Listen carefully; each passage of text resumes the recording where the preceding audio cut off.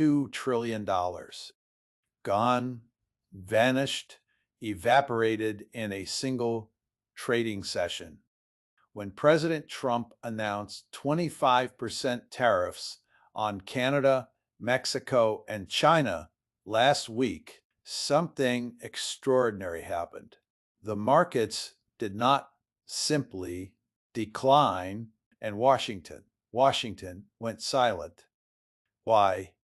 Because what we are witnessing is not merely a stock market correction, it is the violent collision between political fantasy and economic reality. This is the sound of an empire discovering the limits of its own power. I have spent my entire career studying how great powers rise and fall. I have watched nations make catastrophic miscalculations. But what America is doing right now, this reckless weaponization represents something I have rarely seen in modern history. This is not economic strategy. This is economic suicide. And the markets understand this perfectly, even if Washington does not. Let me explain what is actually happening here. For 80 years, since Bretton Woods in 1944, the United States has maintained global economic dominance, carefully constructed system. The dollar became the world's reserve currency. American financial markets became the center of global capitalism, and free trade agreements as economies. This was not charity. This was strategy, and America exchanged access to its markets for political loyalty and military cooperation. The system worked beautifully for America, but Western leaders made a fatal assumption. They believed American economic dominance was a law of nature rather than a product of specific historical circumstances. Three forces have been quietly undermining this order. First, the rise of China as a manufacturing superpower capable of absorbing economic shocks. Second, the growing integration of non-Western economies that can trade among themselves. Third, the accumulated resentment of nations forced to accept American economic dictates for decades. Trump's tariffs did not create these forces, but they have accelerated them dramatically. What might have taken 20 years is now happening in 20 months. The old order is dying, and America is killing it with its own hands. Now, let me walk you through exactly what happened.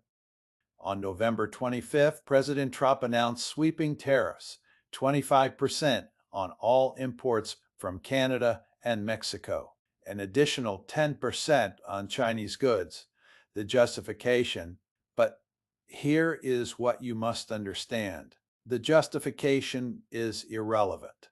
What matters is the market's interpretation. Within hours, the Dow Jones fell over 1,000 points. The S&P 500 lost 4%. Technology stocks collapsed. The total wealth destruction exceeded $2 trillion. This was not panic. This was rational calculation. The players understood something Washington did not. American corporations depend on Canadian and Mexican supply chains. 40% of imported goods contain components that cross North American borders multiple times. Tariffs do not hurt Canada and Mexico. They hurt American companies. They hurt American consumers. They hurt American workers. The stakes are existential. For multinational corporations, these tariffs represent billions in unexpected costs. For consumers, They represent higher prices on everything from automobiles to groceries. For the American economy, they represent potential recession. But here is the critical insight. Trump is not acting irrationally from his perspective. He is acting according to a political logic that prioritizes nationalist symbolism over economic reality. This is what happens when great powers begin to decline. They make increasingly desperate gestures designed to project strength, and these gestures accelerate the very decline they are meant to prevent. The markets understood this immediately. The political class still does not. Now, examine Washington's response. It has been catastrophically inadequate. The administration claims these tariffs will bring jobs back to America. They claim Canada and Mexico will capitulate. They claim China will finally respect American power. Tariffs project strength and force concessions. Tariffs invite retaliation and accelerate de-dollarization. Consider the facts.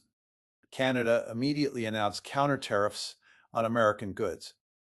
Mexico signaled it would respond in kind. China, and this is crucial, China began accelerating discussions with BRICS nations about alternative payment systems. The administration has no strategy for this. None. Why? Because this is a classic case of what I call strategic narcissism. American leaders cannot imagine that other nations might have options. They cannot conceive the world might organize itself without American permission. But the world is organizing right now while Washington celebrates its tariff announcements. Beijing is building the infrastructure for a post-dollar global economy. Every sanction, every tariff, every act of economic coercion, each one teaches the world the same lesson. Depending on America is dangerous, and the world is learning. While America exhausted itself with symbolic gestures, China built alternatives. The Belt and Road Initiative, the Asian Infrastructure Investment Bank, the digital yuan, BRICS expansion. These are not random projects. They are systematic preparations for exactly this moment. China's strategy demonstrates remarkable patience. When America imposes tariffs, China does not panic. It redirects trade to Europe, to Southeast Asia, to Africa. It deepens relationships with nations America has alienated. Here is the asymmetric advantage. America fights for an illusion of dominance. China fights for concrete economic integration. America measures success in news cycles. China measures success in decades.